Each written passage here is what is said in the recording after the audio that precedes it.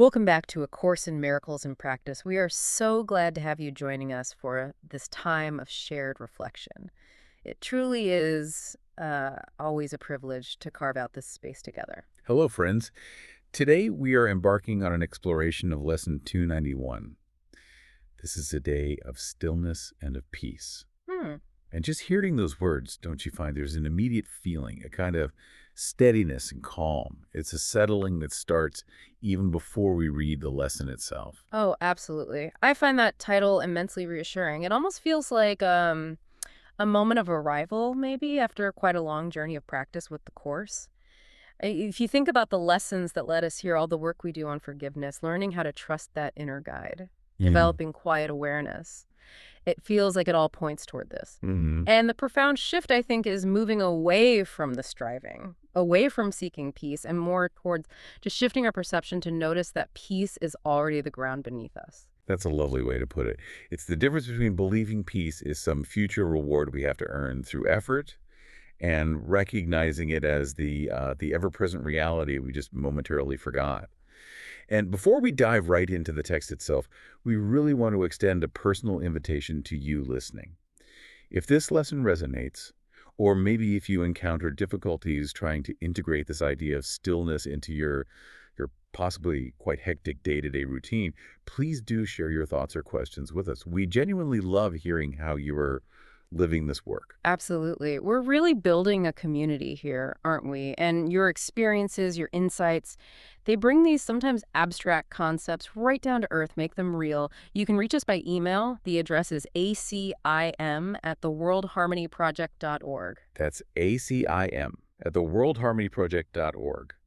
Okay, so let's prepare our minds for the lesson. We'll read it together now before our collaborative exploration begins. Lesson 291. This is a day of stillness and of peace. Christ's vision looks through me today. His sight shows me all things forgiven and at peace, and offers this same vision to the world. And I accept this vision in its name both for myself and for the world as well. What loveliness we look upon today, what holiness we see surrounding us. And it is given us to recognize it is a holiness in which we share. It is the holiness of God himself. This day my mind is quiet to receive the thoughts you offer me, and I accept what comes from you instead of from myself. I do not know the way to you, but you are wholly certain. Father, guide your Son along the quiet path that leads to you. Let my forgiveness be complete, and let the memory of you return to me. Every single time we read that lesson, it reinforces the foundational message of the Course, doesn't it? It's not just a beautiful idea floating out there. It's a profound declaration of our shared present reality. Mm-hmm. That sense of calm that comes from the text is really the key takeaway, I feel. But we need to understand what this stillness actually means in practical, everyday terms. It moves us away from that constant striving for peace towards simply abiding in it, living from it. And I think we have to immediately address a common misconception here. Stillness doesn't require external quiet. So many listeners might feel this pressure thinking, oh, I can't possibly do this lesson today. My house is noisy. I've got 3 deadlines breathing down my neck. The dog needs walking. You know the feeling. But the stillness the lesson talks about is utterly independent of those external conditions. Completely. It's entirely an internal state. Stillness means the mental state that exists when the mind, even just for a fleeting moment, stops its running commentary. Yeah. We're talking about that nonstop mental machine, the judging of what just happened, the analyzing of what somebody meant by that email, the constant attempting to fix every possible future outcome. That's the noise. Right. That mental activity fundamentally is an attempt to manage our emotional experience, isn't it? By trying to control the external world. If we can just slow down that endless internal dialogue just for a bit, that's when the space opens up. It's then that you suddenly notice there's room to breathe again. I love that phrase, room to breathe. We often don't realize the sheer physical and mental effort involved in keeping that constant mental chatter going. I notice it quite physically in my body. For instance, when I catch myself replaying a conversation where maybe I felt slighted or criticized, my mind instantly shifts into defense mode, right? Rehearsing witty comebacks or analyzing the perceived flaw in the other person. That whole process instantly creates physical tension, maybe a knot in the stomach or a tightness across the shoulders or chest. That tension is the absolute telltale sign, isn't it? That we've left that place of stillness and plunged right back into the ego's theater of grievances. Maybe we can offer a practical framework for you listening. Think of it maybe as like a 5-minute rule. If a thought pattern takes longer than 5 minutes and it isn't leading to actionable, constructive problem solving, meaning, if we're just cycling through judgment, worry, or justification, it's almost certainly ego noise, not true guidance. That's extremely helpful, I think, Uh, especially in modern life where our brains are practically conditioned to process information and perceive threats constantly. hmm When we apply something like that 5-minute rule and we consciously choose to stop feeding that mental narrative, the physical tension often just releases. The Yeah. external situation, the challenge, the difficulty, the person who irritated us, that doesn't necessarily disappear, but our internal landscape is suddenly quieter. And the world, seen through that quieted mind, somehow looks less threatening, less demanding, much easier to face. And that ease of seeing, that clarity, that's what the Course calls Christ's vision. It's that clear state of mind where all things are seen as forgiven and at peace. We didn't earn this vision through some heroic spiritual struggle. It's simply revealed because we chose, right in that moment, to stop covering it up with all the mental noise of interpretation and judgment. And the profound beauty here lies in the, well, ordinariness of the access point. It's Mm. not about needing some grand mystical revelation. It's accessible in every single moment while you're waiting for a coffee, standing in line at the grocery store, or maybe listening to a difficult colleague. It's simply noticing, okay, I'm spinning a story here, and then consciously choosing to step back from it just for a second. And the stillness we access in that moment, it's inherently shared, isn't it? Yeah. It's not just my stillness. If I manage to quiet my mind, even for a breath, I stop projecting my own fear or judgment onto the people around me. I literally see my partner, my coworker, or even the dog differently. This perception of peace is automatically extended because the barrier of my mental noise has temporarily dropped. It proves that the peace we find isn't some individual property, it's the universal state. That shared nature of stillness leads us right into the core movement of the prayer in this lesson. And I accept what comes from you instead of from myself. This represents a huge internal shift, moving from self-management, from trying to figure it all out ourselves, to trust. We're acknowledging the ultimate failure of the ego strategies to bring any kind of lasting peace. Let's pause there for a moment because this is where many people, myself included sometimes, encounter real friction. For those of us ingrained in professional roles or maybe family roles that demand constant organization and foresight, the idea of accepting what comes from you can sound a bit like passive resignation or maybe like abandoning all responsibility. Where's the line? I might have a major corporate presentation next week. Should I just stop preparing for it? Does the course suggest we stop planning our careers or managing our family budgets? That's a really critical question, and it speaks directly to the fundamental distinction the Course makes between form and content. The ego often confuses constructive action in the world with fear-based control. We absolutely don't stop preparing for the presentation that's a necessary function in the world of form. What we stop is the attempt to control the outcome of the presentation as a means of seeking validation or safety for ourselves. Okay, I see. So the strategy, the planning, the budgeting, the detailed preparation, that's functional, and it can proceed calmly. But the motivation behind the planning, that's what shifts. If the motivation is, I absolutely must execute this perfectly so I'll be safe and admired and promoted, well, that's noise generated by the self, by the ego. But if the motivation is more like, okay, I will perform this function to the best of my current ability, and I accept the outcome, whatever it may be, that's the trust being described here. Is that right? That captures it beautifully. Accepting what comes from the guide or that inner wisdom isn't resignation at all. It's active trust. The ego always tries to think its way to emotional safety. We believe that if we just analyze the problem long enough or create enough contingency plans, we'll somehow preempt pain or discomfort.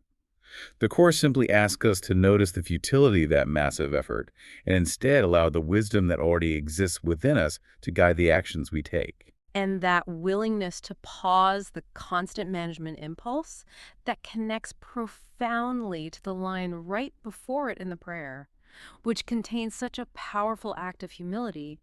I do not know the way to you. Oh, that line is absolutely essential. It's not an expression of defeat, not at all.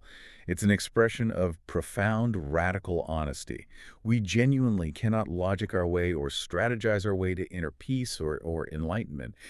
Our intellect, which is so incredibly skilled at navigating the material world, is entirely insufficient for navigating the spiritual one. The ego can only ever offer conditional peace. I'll be peaceful if X happens or if Y doesn't happen. Right. And surrendering the map, admitting I do not know, is utterly terrifying for the ego because the ego relies entirely on being the one in control, the one with all the answers. But the paradox, the beautiful paradox, is that as soon as we genuinely admit, I do not know, often the tension surrounding the problem just dissolves. We're no longer burdened with the impossible responsibility of figuring out the entire universe by ourselves. We simply allow ourselves to be guided along that quiet path that the lesson promises. This shift is the permission slip we give ourselves to pause that constant efforting. And that pausing impulse is the absolute foundation of practical forgiveness, isn't it? Right. Which brings us back to the first paragraph. What holiness we see surrounding us. Now, this language can often be misinterpreted. It sounds like sentimental idealism sometimes, like we're supposed to pretend a situation or a person is perfect when they're clearly being difficult or acting out. hmm We need to ground this definition firmly in the Course's metaphysics. Holiness isn't something earned through good behavior. It's the fundamental, untouched identity of the Son of God of everyone. So when we choose to see holiness, we are not pretending that the difficult colleague is suddenly acting like a saint. Not at all. We are recognizing that their core, their essential identity remains whole, completely untouched by the temporary behavior we happen to be observing. And the holiness is shared. That's key. It's the recognition that we are fundamentally the same underneath the surface behaviors. We're all engaged in the same search for peace and often using the same flawed defenses, anger, fear, withdrawal, to cope with the pain of perceived separation. Exactly. And when we are willing to drop our own defensive story about the situation, that's when forgiveness becomes truly possible. I had a little reminder of this recently during a very short interaction at the eye doctor's office. The nurse who came out to take me back seemed quite rushed, distracted, and his voice was, well, pretty curt. Ah, yes, the classic trigger moment. That's right where the interpretation mechanism just snaps into high gear, isn't it? Oh, it does, instantly. My mind launched straight into a story. He's rude, he's unprofessional, he's disrespecting my time. I could physically feel the irritation building, that sharp internal tightening. The ego just loves these moments because they provide immediate justification for holding on to grievances. So how do you practically pause that mechanism when it feels like it's moving so fast, almost automatically? Well, for me, it requires a conscious, internal, step-by-step process. It's not always easy, but it's doable. First, I notice the sharp feeling of irritation. Just acknowledge it. Second, I identify the story my mind was telling. I am being disrespected. Name the story. Third, I consciously reminded myself of the lesson, choosing to label that story as not known. I actually use the prayers line internally. I do not know the way to you, or in this case, the way to peace, by interpreting this interaction in this negative way. That deliberate thought created a pause. Okay, so the key distinction there is actively choosing not to believe the immediate interpretation your mind offered up. That's it. I held that space of unknowing just for a moment. Hmm. And when I looked, again, just observed without the story, I saw the nurse interacting with the front desk staff, taking phone calls, dealing with another patient. He was treating everyone with pretty much the same overwhelmed curtness. I realized the behavior was likely systemic distraction or stress, not some personal disrespect aimed specifically at me. And by dropping your defensive story, by letting go of the interpretation that made it personal to you, you were able to return to presence. That's the beginning of forgiveness, isn't it? It's a choice not to keep feeding the judgment, not to keep that negative energy alive. And that's where the Course's definition of forgiveness really differs from the conventional one. It's not about pardoning a sin somebody committed against you. It's about recognizing that the sin, the personal affront, never actually happened in reality. It was only an interpretation layered onto the situation by the ego. This pause, this willingness to question the interpretation, is the practical work of letting go of the grievance. And what we find so often is that forgiveness isn't usually a single grand, tearful moment where everything changes forever. It's much more this gradual, sometimes repetitive process. We let go of the story in the doctor's office, only to find maybe 3 weeks later that a similar interaction triggers the same old grievance we thought we dealt with regarding a family member.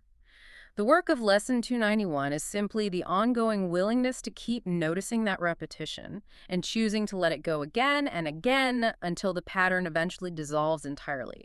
And the culmination of this willingness, this practice, is the request we make in those final lines of the prayer. Let my forgiveness be complete, and let the memory of you return to me.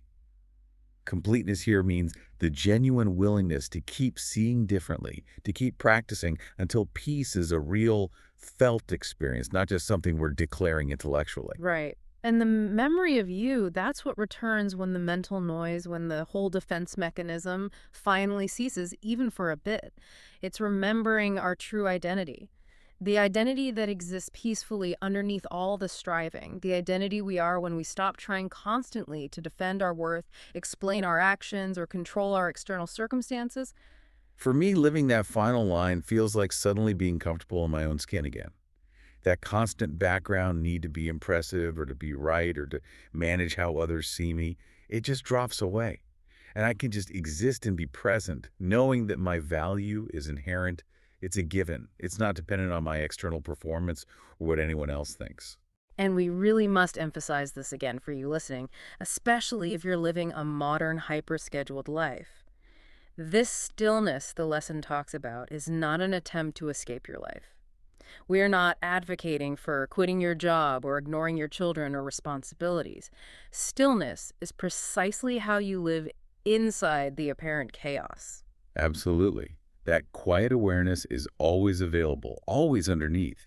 Even when you're on a packed, noisy subway or managing a complex spreadsheet at work or trying to negotiate a difficult family crisis, it requires only the willingness to pause the internal struggle just for a breath and acknowledge that, despite all the surface turmoil, the underlying peace is still there. It hasn't gone anywhere. The pressure we often feel, maybe from ourselves or how we think spirituality should look, to maintain a state of perfect spiritual peace is immense, isn't it? We might judge ourselves really harshly when we momentarily lose our temper or snap at a loved one. But Lesson 291 actually releases us from that impossible expectation. The practice isn't about maintaining perfection every second of the day. It's about remembering where the peace resides when we momentarily forget. And every single time we remember, every time we choose to pause the interpretation and let go of the grievance, even if it's just for a breath, we build trust. We confirm for ourselves again and again that the stillness has been there the entire time, right underneath the noise, just waiting patiently for us to notice. That repetition of return, that constant coming back to center, that's the true integration of Lesson 291 into daily life. So as we wrap up our exploration of Lesson 291 today, let's just briefly recap the core learning. Stillness is fundamentally a choice. It's about noticing when the internal thinking gets loud and choosing to pause that management rather than trying to physically escape the world around you. hmm And we connected that stillness to Christ's vision, which is the active practice of stopping judgment and interpretation in those quick, often irritating moments of daily life. This allows us to see things as they actually are, rather than as we fear them to be through the ego's lens. When we look closely at that tremendous internal movement required for the prayer, accepting what comes from you marks the inner shift from personal, often fear-based management to a state of calm, active trust, and a higher guidance. Finally, we saw how forgiveness, when described as complete, actually shows up in ordinary life. It's not usually some grand gesture, but rather the repeated conscious decision to drop the negative story in moments of frustration or misunderstanding. And this process leads us back to the memory of you, the memory of our true peaceful identity. If there's one concluding thought to perhaps carry forward with you from Lesson 291, it might be this.